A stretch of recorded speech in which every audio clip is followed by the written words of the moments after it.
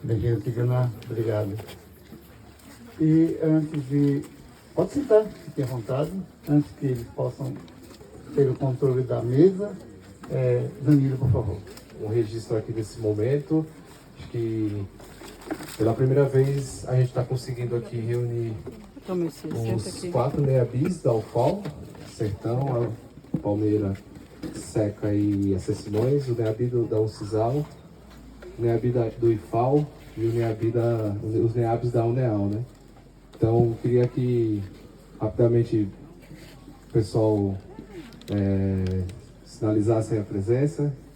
Levanta a mão, NEABI! Tem o Clébio ali, a Bárbara, cadê a Adriana, o pessoal daqui, da UNEAL ali, né? Então, é um momento especial da gente fazer esse encontro e que esse encontro ele possa se tornar tradição, a gente reunir os NEABs e NEABIs e grupos correlatos do estado de Alagoas nesse fortalecimento de parceria e para que a gente consiga, né, pautar esse caminho das políticas públicas de ações afirmativas, celebrar Palmares e celebrar o Dia da Consciência Negra. Não vou me alongar pelo andar da hora, né? E aí a gente vai ficar em boas mãos, com certeza, aqui com o Tigana e o Bijagó. Agradecer a presença do Tigana, que veio estar aqui com a gente hoje. A jornada que o Bijagó fez hoje de manhã, né? Que veio lá do sertão e chegou para a atividade. Do né? Alto Sertão. Emocionado nesse lugar sagrado. E antes de mais, estou aqui me segurando, né? Nessas horas passam muitas coisas nas nossas cabeças, mas não podemos deixar de agradecer a toda a organização, né, que possibilitou que nós estivéssemos cá. A Najô, né, na pessoa de Elcias, né? Da nossa querida Val, e todos os NEABIs que estão aqui presentes, os amigos, amigas e todos aqueles e aquelas que estão aqui para poder prestar homenagem àqueles que foram e que ainda permanecem aqui para poder continuar as nossas lutas. Tigana, é com muita satisfação que estou aqui ao seu lado, que representa essa superação diária de todas e todos nós. Aqui estamos diante de uma ganhadora da tese da USP, né? Que era lugar que só estudava a gente. Agora a gente tomou as rédeas de nossa história enquanto sujeitos daquele também que estuda o outro. Então isso é muito importante. Estou aqui com a missão de apresentar, né, a vossa pessoa. Eu tinha feito o dever de casa, lido muitas coisas que você fez e escreveu, mas talvez esse espaço aqui é um espaço da emoção. A academia muitas das vezes não comporta a emoção, é uma racionalidade cartesiana que acha que a emoção é coisa de quem não pensa, mas dentro da emoção tem pensamento, e muito pensamento e muita sabedoria. Eu vi uma parte dos seus escritos, Tigana, onde você falava sobre o papel do aforismo na África, né? Eu me lembrei do livro de Benjamin Pinto Bull, Crioulo da Guiné-Bissau, Filosofia e Sabedoria. Nos seus escritos, além de ser filósofo, e a sua trajetória de vida talhou em você também uma filosofia de uma razão coletiva, de um pensamento que desviou um pouco dessa sina de uma racionalidade eurocêntrica. E aqui estamos, nessa terra sagrada, pensando e repensando a nossa gente. E eu costumo dizer que os afro-brasileiros, os negros brasileiros aqui no Brasil, você que já esteve na África, certamente deve ter tido essa impressão. Preservaram a cultura africana, professor Clébio.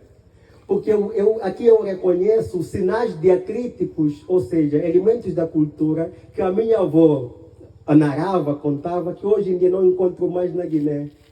E na Angola também. Se você for pegar os traços de Quimbundo, etc., você pode encontrar elementos daqui que remetem a século XVI, a século XV, que em Angola você vai encontrar já em fase de de, vamos por assim dizer, escassez.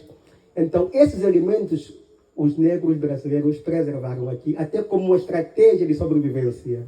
Então, nós estamos aqui com o nosso palestrante do dia, para eu não me alongar mais, apresentá-lo é praticamente ficar aqui horas a fio. Então, convosco, o doutor, mestre, filósofo, instrumentista e um ser humano que luta por uma igualdade social, por uma igualdade racial. Convosco, o nosso Tigana Santana. Muito obrigado por existir.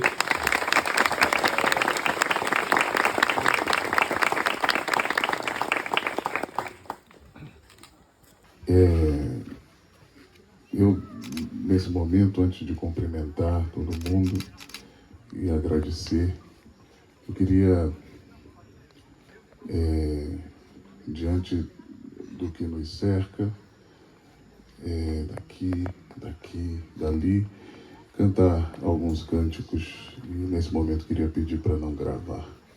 Depois de cumprimentar, saudar a quem vem antes, quem permanece aqui, quem continuará, quero agradecer imensamente, enfim, a organização, né, a Joval, muito obrigado, a Simônia também, né, e o Cias também, muitíssimo obrigado.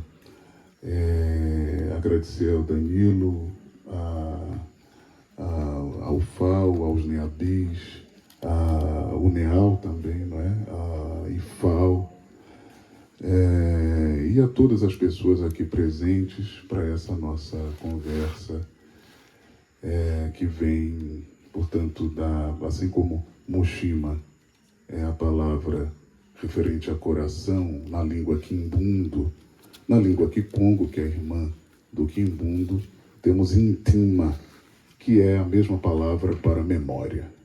Coração e memória são o mesmo, né? Então, agradecendo evidentemente aos Bakulo, portanto ancestrais aqui presentes, né?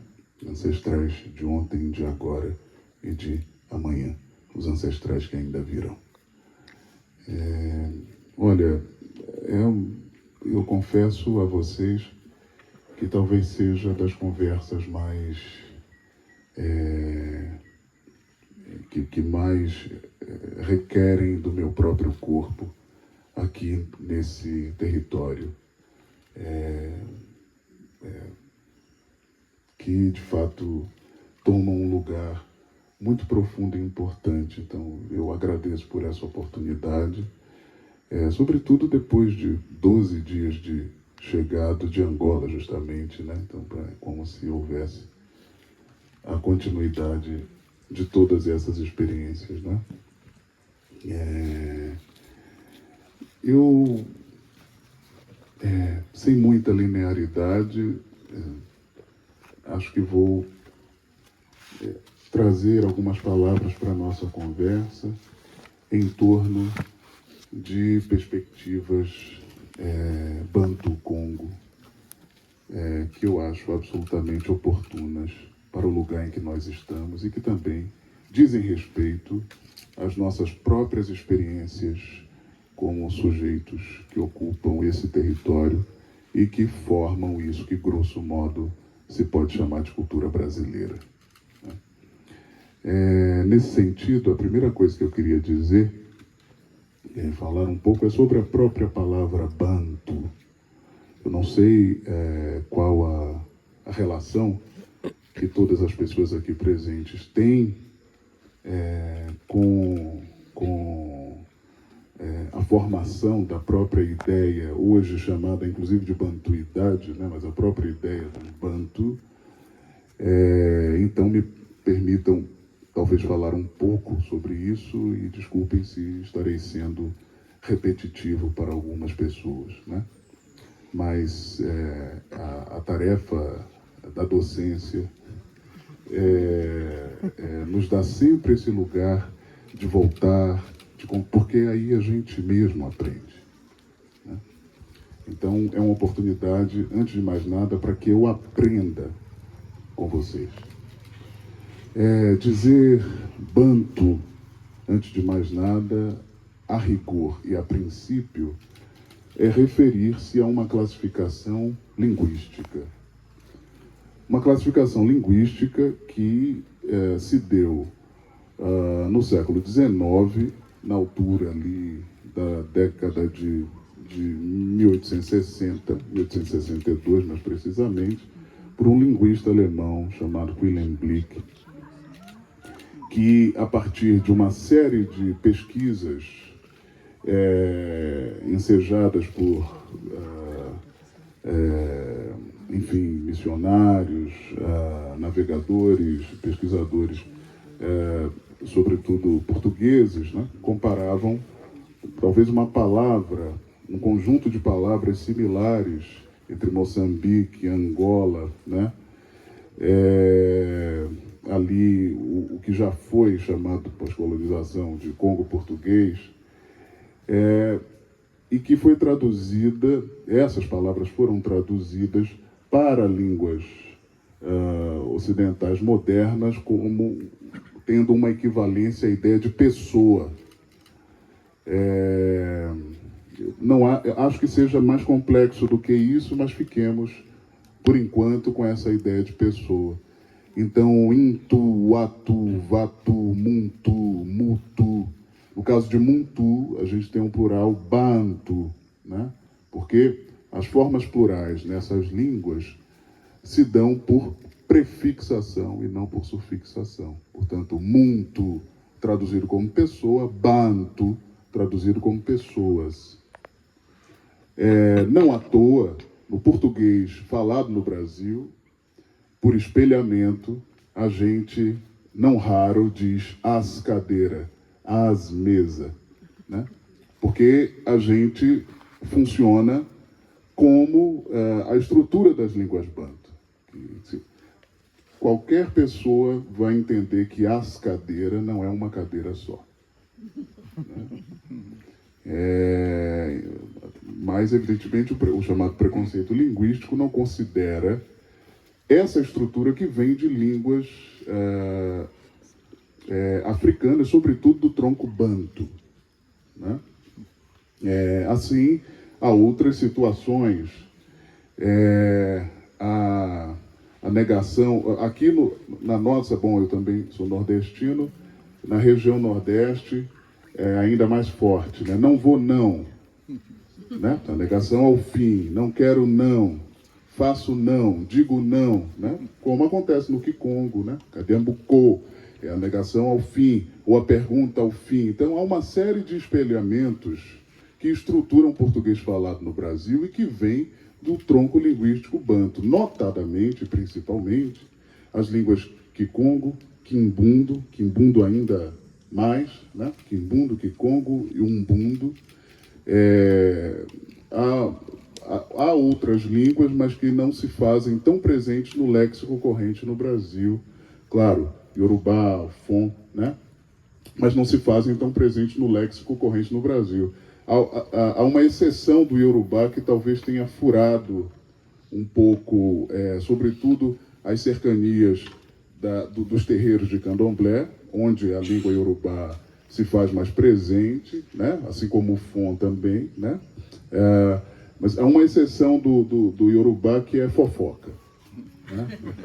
Fofoca vem do Yorubá, vem de ofofó, né? O fofó, que não é exatamente o ofó, é o fofó, que é bisbilhoteiro em Yorubá, né? Vocês vejam que se mantenha o sentido, né?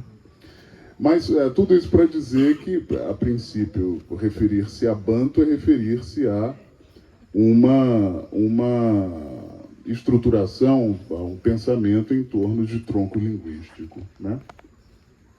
E dentro desse largo espectro pluriversal, acabei ao longo dos anos me dedicando especificamente a uma experiência civilizatória, particularmente, que é a dos Bakongo, que também tem uma presença fundamental na cultura brasileira, mas também em Cuba, na Venezuela, no Haiti, sobretudo no norte do Haiti, na Colômbia, né?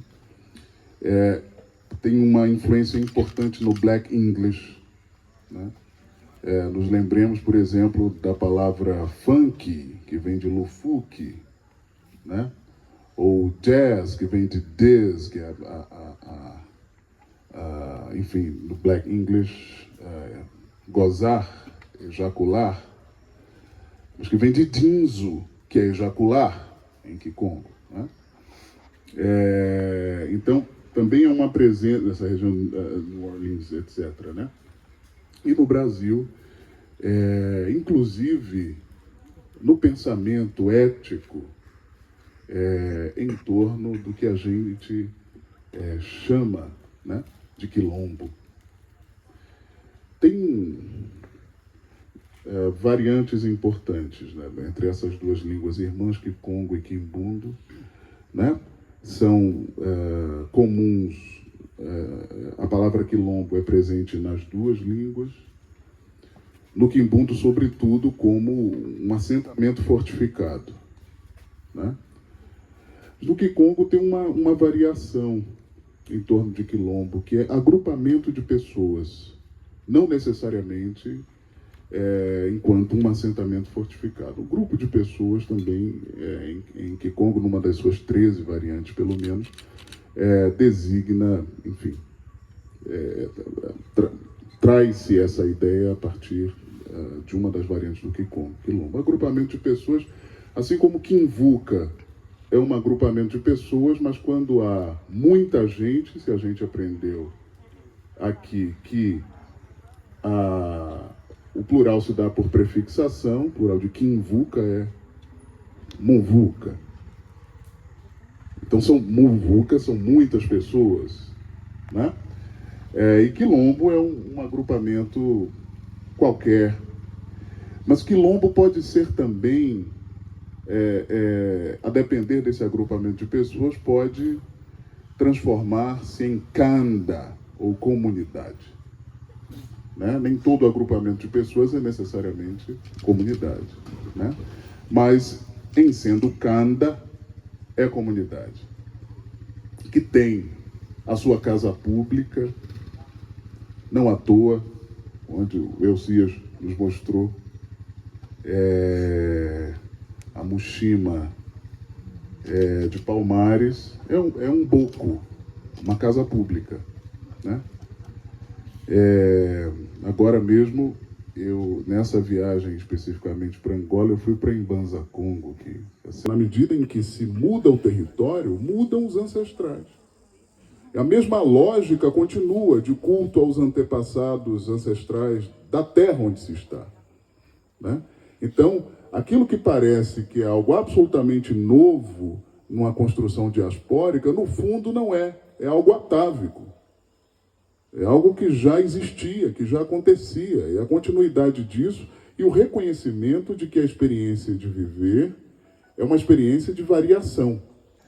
O segundo de roubo e o terceiro de disputa de terras, né?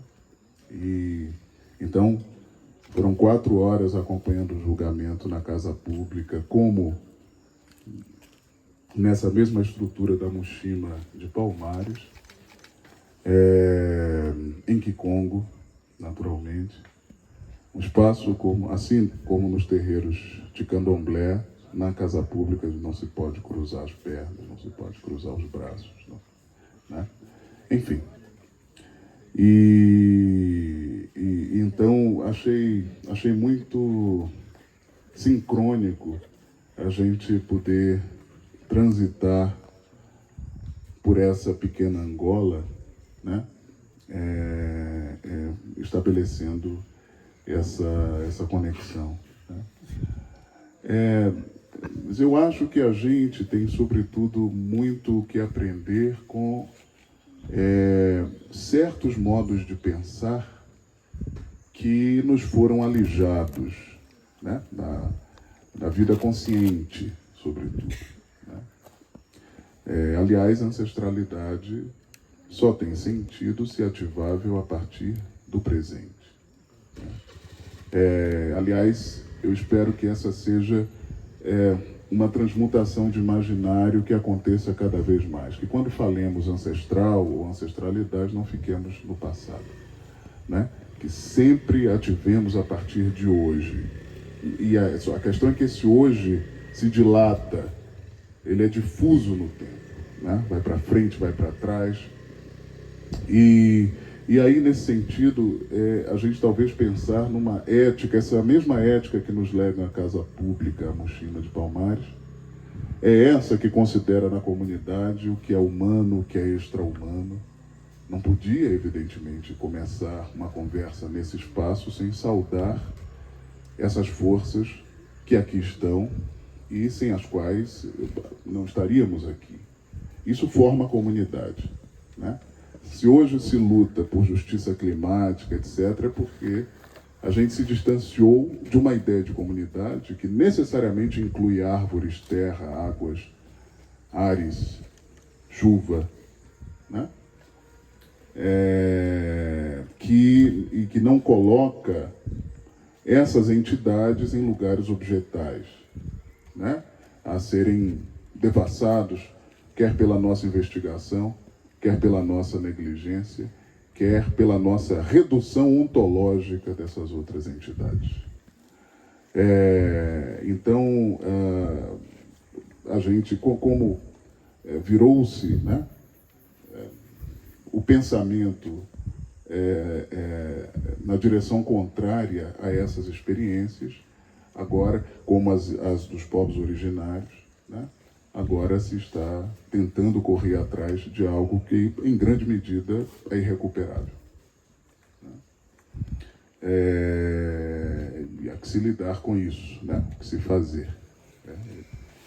Então, uma ética, portanto, que considera tudo isso e que considera o nosso, como se diz em Kikongo, kundo, ou seja, dom, para ser, para variar, para ser sempre outra coisa, né? Ou seja, as pessoas, por exemplo, isso que se reconhece como pessoa, né, tem dom para ser árvore, tem kundo para ser árvore, tem kundo para ser terra, tem kundo para ser água e etc. É por isso que as forças hoje cultuadas nos candomblés de linhagem Congo-Angola, por exemplo, reconhecidas aqui como Inquice, tá? Podem ser simultaneamente essa água que se bebe, a água que aqui está, a água que se manifesta, né? Que é a água que Simbe, a água da Andalunda, a água, entende, como a terra também que a gente pode ser, que se pode manifestar por esse corpo, né? A gente tem kundo ou dom para se outrificar. E acho que é fundamental que nós recuperemos essa perspectiva na nossa vida, no nosso corpo, que não vire uma abstração. A defesa por certas entidades como essas aqui presentes, todas essas aqui presentes, né? A ideia de nós sabermos que temos essas forças todas dentro e fora do nosso corpo. Eu acho que esse é o assunto principal a partir do qual a gente pode conversar, né, com base nesses saberes de tanto tempo e que ainda parecem ser futuros. Simultaneamente ainda parecem ser futuros. Então, é a gente pensar que há de haver uma retomada epistemológica, ética, estética, né, a partir de construções que nos podem fazer sobreviver, né, e viver também de outro modo, estabelecer relações com o que não é a gente mesmo, naturalmente, como quando o Elcias falava do Quilombo de Palmares e como esse espaço, talvez pelas proporções que tem, né? Me refiro ao Quilombo de Palmares, esse grande território multicultural, é porque, em larga medida, já era previsto, nesse pensar, por exemplo, dos Bakongo, relacionar-se com o que não é o eu mesmo. Não foi só uma situação de sobrevivência que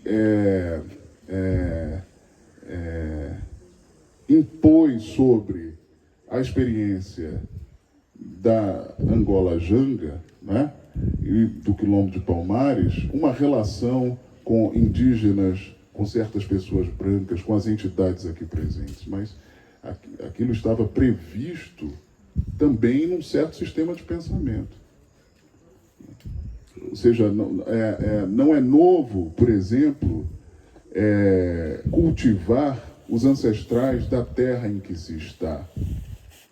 Não à toa, nos candomblés Congo-Angola, cultuam-se entidades indígenas e caboclos, etc., porque na medida em que se muda o território, mudam os ancestrais. E a mesma lógica continua de culto aos antepassados ancestrais da terra onde se está, né? Então, aquilo que parece que é algo absolutamente novo numa construção diaspórica, no fundo não é algo atávico. É algo que já existia, que já acontecia, e a continuidade disso e o reconhecimento de que a experiência de viver é uma experiência de variação, né? Que existe e vive ao lado de constâncias, né? Regulação e variação. É só a gente ouvir os atabaques. Tem aqueles que regulam e tem o atabaque que varia. Isso não se restringe a uma dimensão estético-musical, é um modo de pensar. O que permanece depende do que varia. O que varia depende do que permanece, né? Acho que eu falei demais, né? Não, de forma alguma. Então, e nesse sentido, volto ao sistema de pensamento dos Bakongo, a própria, eu não podia deixar de cantar para o sol, né, claro, a própria ideia de que o sol em tango, em Kikongo, muilo, como eu cantei, em Kimbundo, né, em tango, em Kikongo, que também tem um radical tanga que designa dançar, que dá origem à palavra tango. Os argentinos tentaram, né, tirar qualquer vestígio de negritude do seu território, mas não adiantou, porque a Argentina é conhecida pela milonga, que vem do quimbundo, mistura, e pelo tango, né? Não adiantou, né? Mas, de todo modo, o intango, esse sol, ele inaugura todos os dias alguma coisa que ainda não se deu. E, ao mesmo tempo, é uma repetição absolutamente presente, né? Então, é o mesmo princípio de regulação e variação. Mas nenhum dia é igual ao outro, ao tempo que também há um acontecimento ciclotímico que se repete, e isso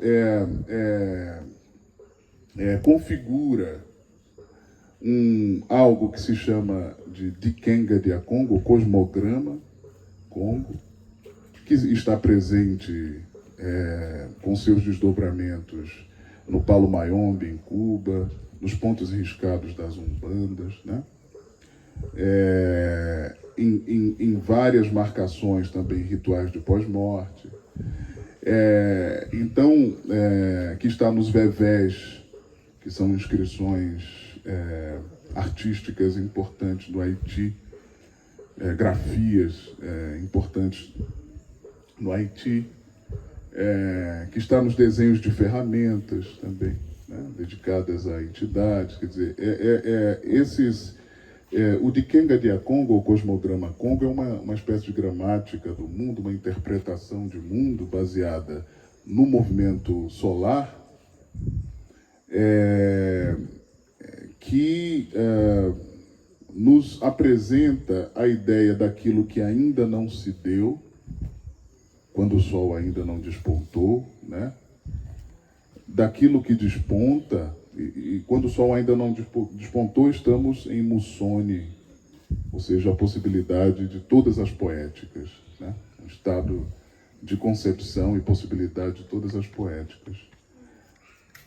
Aquilo que desponta, cala, né? Como o sol desponta, esse verso lindíssimo, do qual sempre me lembro, do Gonzaguinha, como se fosse o sol desvirginando a madrugada. Eu acho isso muito bonito. E quando está em cala, que é o verbo ser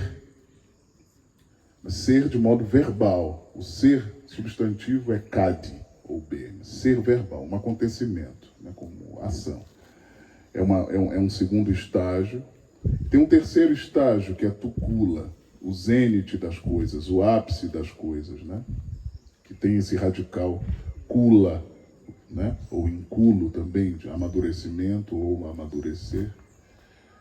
Curiosamente, é o mesmo radical que está em ancestral, em muculo, né? É como se você crescesse tanto quanto você vive, quanto você não está mais vivo, né? E tivesse o mesmo movimento também, né? Tornar-se ancestral, ou para os Bakongo, os Ambunda, etc. Ou seja, quando você faz história, é você chegar também ao zênite de alguma coisa, ao ápice de alguma coisa. E essa hora, assim, das coisas, né? O ocaso, o crepúsculo das coisas, né? Que está em Luvemba, que tem esse radical verbal vemba, que significa agrisalhar-se.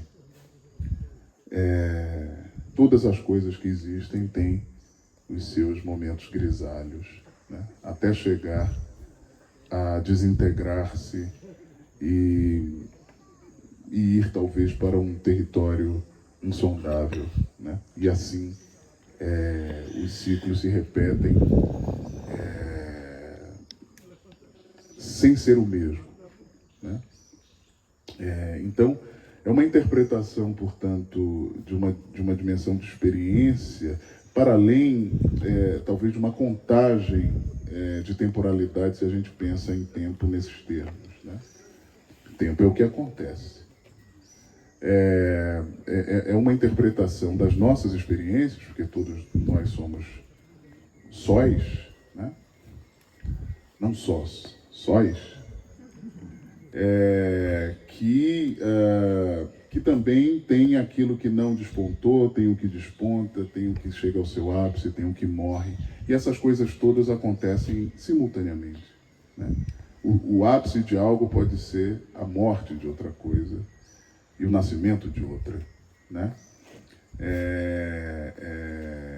Então, para dizer também que todas as agruras e violências que aconteceram ao longo de todo esse processo, né, desse maior crime que a humanidade já conheceu, que foi justamente o regime escravocrata, né? De algum modo, imagino que tenha tido as suas interpretações em lugares mais profundos também, né? O nosso desespero pelo fim das coisas, né? Pelos términos, talvez tenha sido lido e interpretado, sobretudo pelas pessoas mais sábias, dentro desse contexto todo ao longo dos séculos, a partir, não só a partir de um lugar direto, imediato, né? Absolutamente condenável como será sempre, mas também a partir, talvez, de um lugar de coisas e situações que se findam para continuar, né? Como é o caso do Quilombo de Palmares, né? que continua também pela força de ancestralização. Por isso é ainda essa grande força de imantação, de tração que traz tantas pessoas, o Elcias estava dizendo, dos 5 continentes, etc, etc, etc. Né? Há muitas camadas, né, de leitura de todos esses acontecimentos. A historiográfica, a fundamental militante, a sociológica, a espiritual, né, a filosófica. Né? E há tantas outras aqui, não podemos ter acesso, que talvez leiam tudo isso a partir de um outro lugar, que não temos repertório formado para essas outras leituras. Né? É por isso que a gente precisa retomar, em larga medida, essas tantas epistemologias. Né? É isso. Impressões contigo. Aqui foi uma experiência, né, professor Zezito, o nosso mestre, daquilo que o processo de escravização causou na nossa cosmologia, na nossa cosmogonia. E cada vez que a gente está nesse lugar, refletindo sobre isso, mestre Elcias, a gente está, como você falou, você não falou ancestralidade, mas esse processo de ancestralização, a ideia de que há um sujeito ativo nesse movimento que faz retroalimentar e que isso nunca acabe. Percebe? Vocês começaram nesse movimento lá e estamos aqui e vamos ir embora, como você falou, quando começa o processo de grisalho, né? E quando chega-se no apogeu, a gente vai para que outras, né, pudessem nascer e continuar. Aqui trouxe toda uma filosofia africana, bantu, uma outra racionalidade, a ideia de existência, da existência como diferente. Porque é o outro que possibilita a minha existência. Sem o outro eu não existiria. Percebe? Agora, como é que essa racionalidade eurocêntrica branca veio para matar o outro? Veio para se distinguir da própria natureza, em que o ser humano não é mais a natureza, em que o branco não é mais a natureza. E se espraiou essa racionalidade para todo mundo, e agora eles agora chegam com essa questão de ecológico, fórum social das quantas, é vir perguntar para os indígenas, para os africanos, para esta racionalidade que o professor Tigana trouxe com muita sabedoria. A aula que o senhor deu aqui, me permita, na África a gente respeita muito o sábio. E essa ideia de ancestral, é o que você falou, ancestral é aquele ser que acumulou experiência por um feito muito importante. Não é só porque você é velho e morreu que você é ancestral. Você é aquele ser especial, percebe? Não é todo mundo que se encantou, né? Porque isso vira... E não é. O ancestral, aquele é antepassado, mas não é ancestral. A ancestral é outra coisa. E dando aula aqui, essa é uma aula que, me desculpem, que um europeu não sabe dar. Porque não é uma aula, como é que eu diria? É uma aula com alma, percebe? O que eu quero dizer? É uma aula com alma. Já que o europeu tenta tirar a alma, tirar a emoção, que nós somos emoção, somos o corpo, então talvez é chegada a hora de fazer aquilo que o Abdias de Nascimento chamou de quilombismo, que esse conceito ele pegou em estreito diálogo com Amílcar Cabral. Muita gente lê, muita gente cita autor, mas não leu, porque ouviu falar. Quando você lê Abdias, ele fala de Cabral e fala do conceito de... Cabral tem um conceito, e Paulo Freire também bebeu esse conceito de Amílcar Cabral. Que, exatamente. O Cabral vai chamar de reafricanizar o espírito. e o próprio Abdias vai chamar de quilombismo, o que estamos fazendo hoje, Tigana, o que você trouxe. Aproveito já o ensejo para parabenizar, né, todas as pessoas que participaram para que esse momento pudesse existir, para que possamos ter essa aula de quilombismo e de refrecanizarmos os nossos espíritos, para nunca esquecermos de onde a gente veio. Muito obrigado. Então...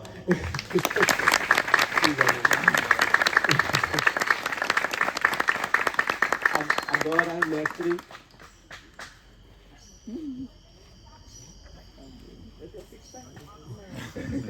Eu tenho 5 perguntas. Mentira. Eu estava conversando com o Tagnan que eu assisti a exposição lá em São Paulo. E aí eu queria saber como é que está a resposta do público à exposição. Primeiro porque é muito interessante que no primeiro andar está a sua exposição falando da questão da língua, né? E aí quando a gente sobe para a exposição fixa do Museu da Língua Portuguesa, quando a gente observa, não sei se você observou, quando tem um mapa das linguagens, a origem da linguagem é o latim, né? E aí, por isso que eu te falei, essa questão da gente escrever sobre a sua exposição e mostrando essa ironia, né, da língua portuguesa. Eu vou falar de ironia, né? Dessa ironia da língua portuguesa. E aí, como é que está o resultado da sua exposição lá?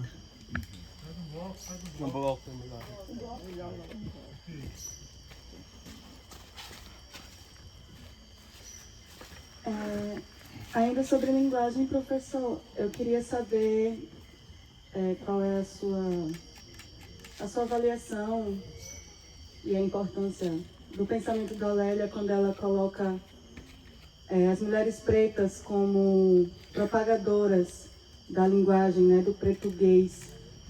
Como é que o senhor avalia isso?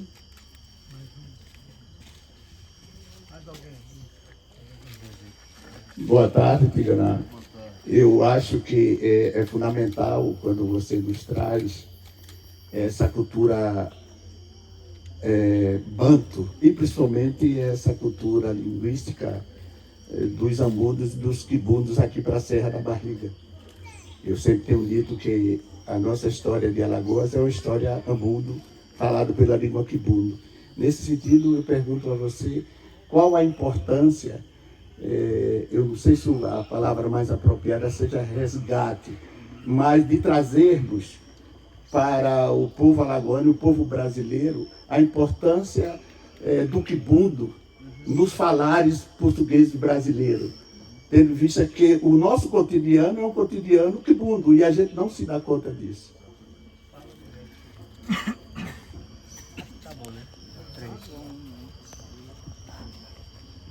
Vamos lá. São 3 questões, na verdade são um contínuo muito importante e que ocupam um lugar assim, central também nas minhas reflexões, né? Quanto à exposição, a exposição se chama Línguas Africanas que Fazem o Brasil, que está no Museu da Língua Portuguesa em São Paulo. A abertura da exposição foi em maio e vai até janeiro. Não sei quem passará por São Paulo, mas enfim, seria uma alegria se pudessem passar por essa exposição no Museu da Língua Portuguesa, que fica na Estação da Luz, né, no centro de São Paulo. E Línguas Africanas que Fazem o Brasil, eu dei esse título justamente para que as coisas fiquem muito evidenciadas, né? Primeiro porque a língua não é instrumento, né? Língua forma subjetividades e coletividades, né? Se pensa... Então, a empresa do colonial justamente interfere, inclusive, nesse lugar, né? Porque a gente não fala mais... os descendentes dos Bakongo, por exemplo, não falam mais ouvir um perfume, como se diz em Kikongo. É bonito isso, né? Diz em Kikongo ouvir um perfume. A gente diz cheirar um perfume, que a gente fala uma língua moderna, que é o português, né? Só que, ao lado disso, existem interferências que estruturaram o português falado no Brasil. E levar, professor, essa exposição para o Museu da Língua Portuguesa, pela primeira vez, quer dizer, já foi esse desafio, né? Tinha que convencer, ao longo de 11 meses de produção de todo esse processo, os diversos setores dentro do museu, quanto à importância da exposição, fizeram um convite, mas eu disse, tudo certo, mas a gente é recomendável que a gente faça de uma certa maneira, né? E então, aproveitando-se para que a gente possa, inclusive, colocar em perspectiva uma certa ideia de língua que talvez seja vigente no imaginário geral, né? Trazer as inscrições achantes, né, ali no início da exposição, e a gente herda justamente uma das inscrições dos ideogramas relativos ao Sankofa nos gradis, né, de várias casas do Brasil, que parece um coração, né, vem de um ideograma achante, né? Então, a oportunidade de trazer isso e também trazer a presença no léxico corrente no Brasil de línguas africanas, sobretudo do tronco linguístico banto, né? Então, tem sido assim, a recepção tem sido positiva, inclusive soube, por dados estatísticos, que o público do Museu da Língua Portuguesa aumentou por conta dessa exposição. Então, a inauguração foi em maio. Em agosto, cerca de 110 mil pessoas haviam visitado a exposição, né? Agora eu já não sei mais, né? Então, há monitores, por exemplo, há pelo menos 2 monitoras, né, que são angolanas e que ficaram muito emocionadas com a exposição e que puderam ter contato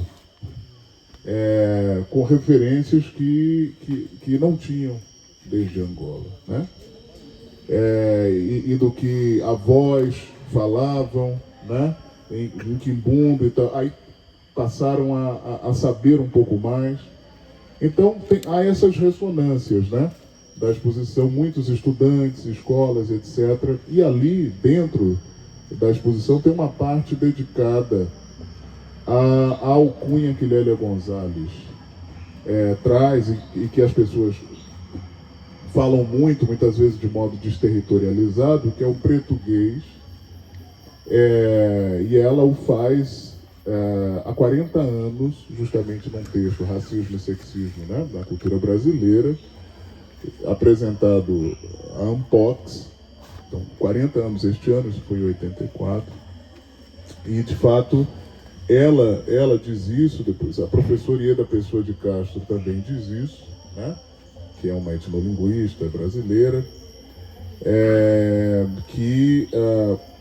primeiro que os corpos negros foram os responsáveis pelo espraiamento do português que se fala no Brasil, né? E claro, e o lugar da mãe preta, né, do aleitamento, etc., os cânticos para amamentar, os cânticos de infância, muitos deles com a presença de vocábulos em línguas africanas banto, né? Cantigas de infância, né? Por exemplo, escravos de Jó jogavam caxangá. Esse Jó não é o Jó bíblico, esse Jó vem de Injó ou Onjó, que é casa.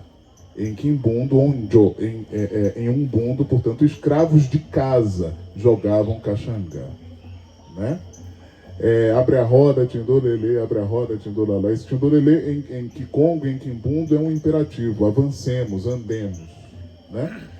Então, há uma série de expressões, portanto, que são incorporadas e que formam a cultura brasileira a partir dessas vozes, desses corpos, dessas subjetividades negras, femininas majoritariamente, né?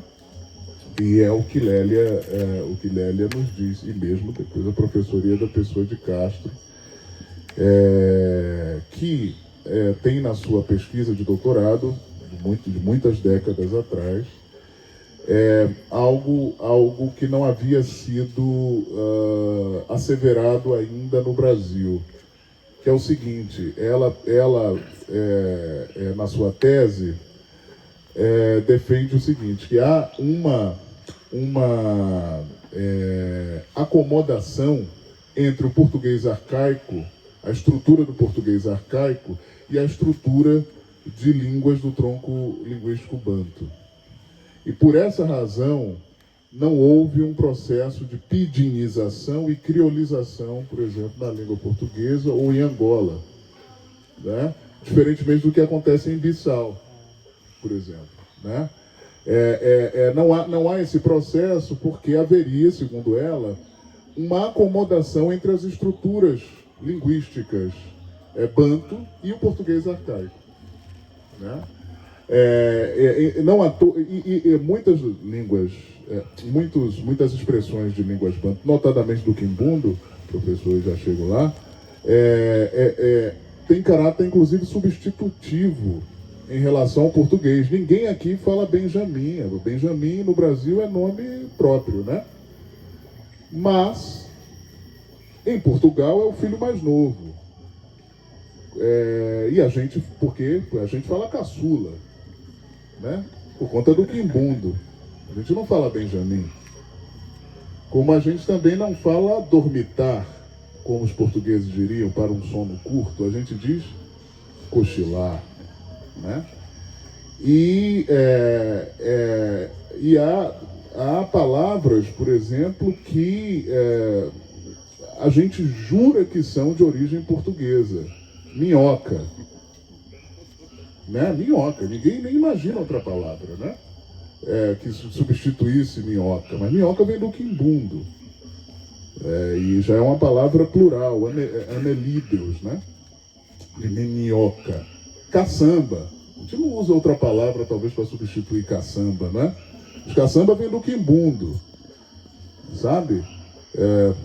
Xingar, a gente ofender, mas na linguagem corrente a gente fala xingar mesmo, né? Vem do quimbundo.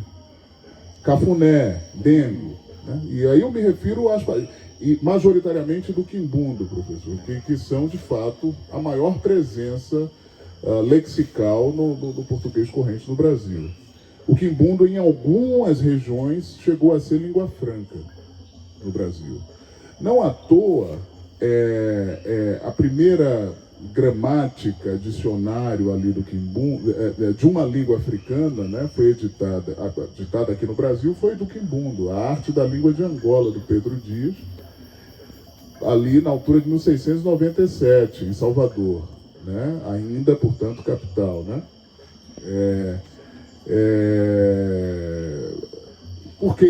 Por que o quimbundo? Porque era a língua justamente mais presente, né, diante do contingente de pessoas que foram sequestradas para esse território de cá, né?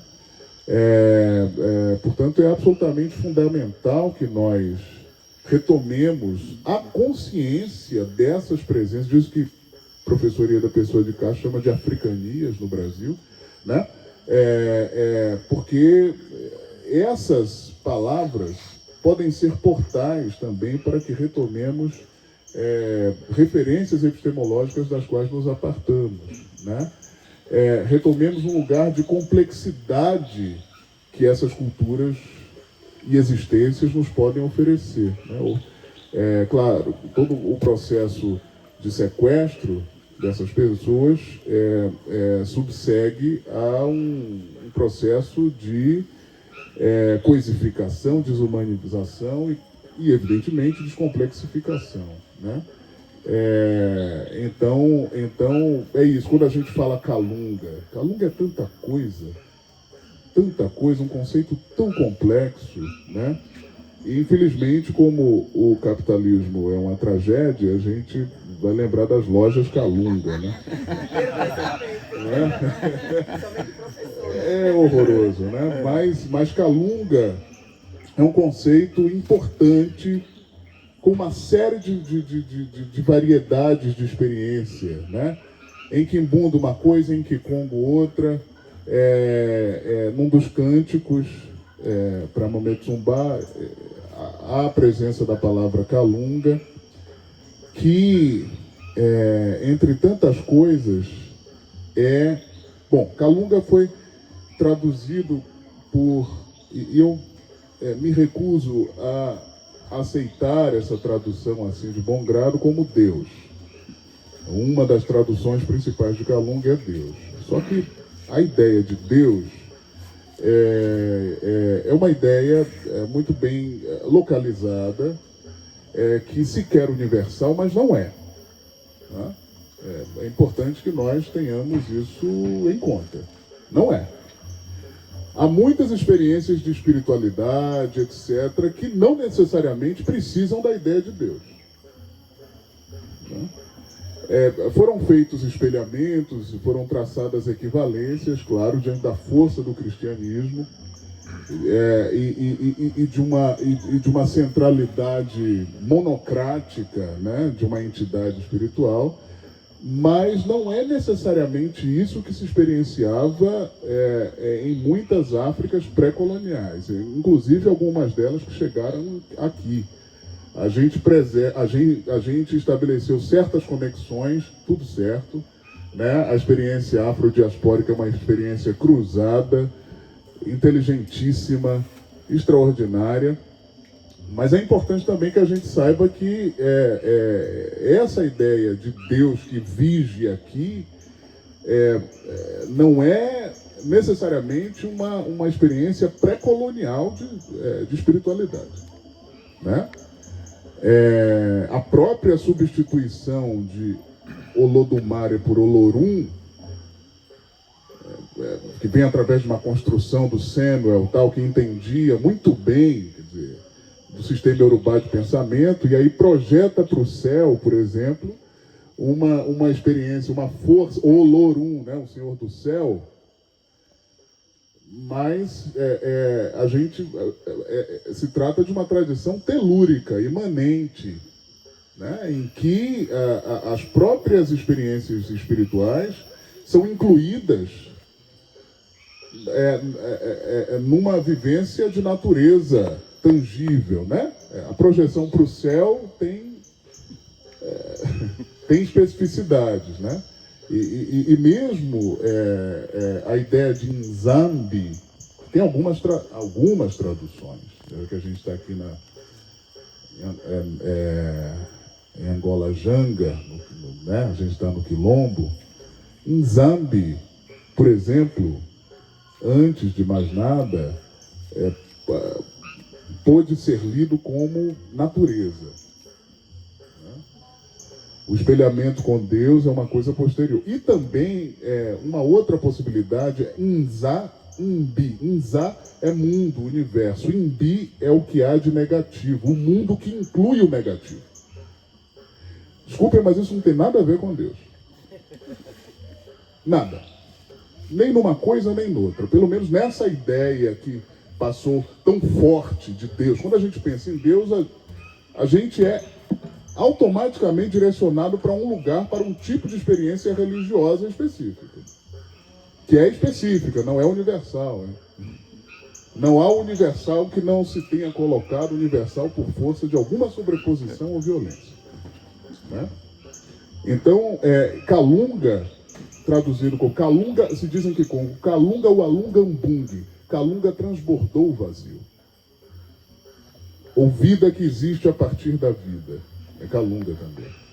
Ou presença justa, que não sobra nem falta. Tanto que em escolas dos Bakongo, quando alguém diz assim, Bijagó vai responder, Calunga, presente. Significa que se trata de uma ocupação ontológica presente que não sobra nem falta. né, que é, portanto, insubstituível no seu lugar de ocupação. Calunga também é a dimensão líquida de ser, não à toa se associa à ideia de mar. O mar-oceano também é Calunga. Também é o lugar da morte. Cá é um locativo, que é o mesmo locativo que indica, portanto, o lugar de candombele, que dá origem a candomblé, que é também lugar, né? É também lugar.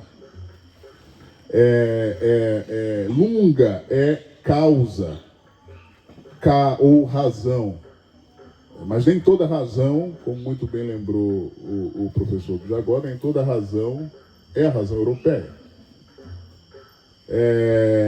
Lugar da razão, Calunga. O lugar das causas, Calunga. Né? Então, Calunga é essa linha também do cosmograma Congo que divide as dimensões, né? A dimensão do tangível e a dimensão do intangível, que se comunicam, que se copertencem, né? Não é um outro mundo, né? É uma experiência complexa de mundo. Tudo isso é Calunga, tudo isso. E mais uma série de outras coisas que eu não sei e que também não temos tempo de falar aqui. Então vejam, eu fico pensando sempre no acionamento dessas diversas dimensões epistemológicas a partir de termos e expressões que circulam, né? Estão aqui, estão presentes. Calunga é nome desse grande quilombo, Calunga, né? Pega ali a faixa de Goiás, etc. Um quilombo bastante antigo também, dá pelo menos sinais ali de uns 300 anos de existência, né? Então, é isso, que não fiquemos com as lojas Calunga, né?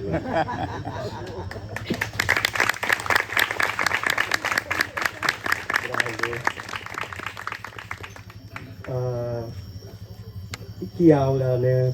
Que aula, professor Tigana. Então, recebi a comunicação de que já estamos, né, com o adiantar de hora. É com muita, né, pena, né? Mas dizem na Guiné-Bissau um ditado: a comida boa não demora no prato.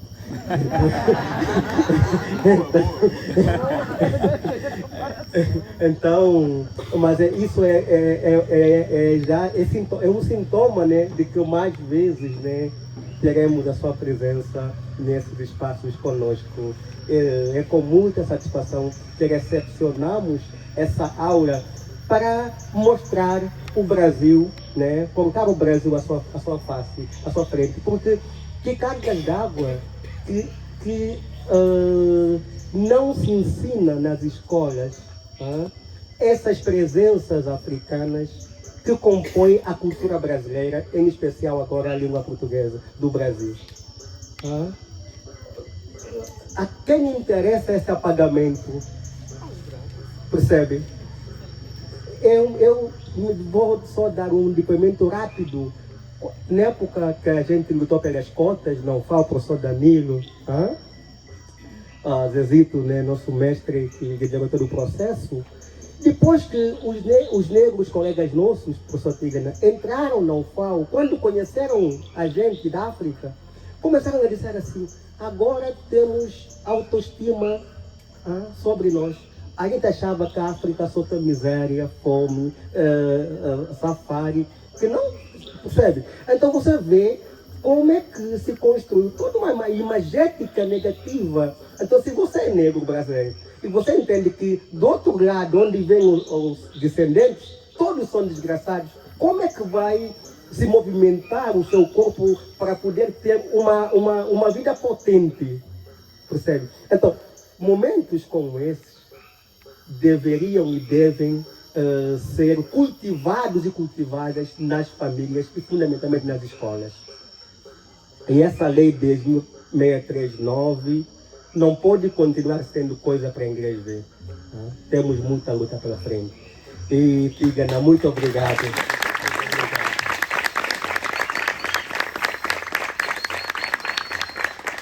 Estamos juntos. Não sei se alguém gostaria de fazer uma fala da comissão, né, de saudação para a gente encerrar.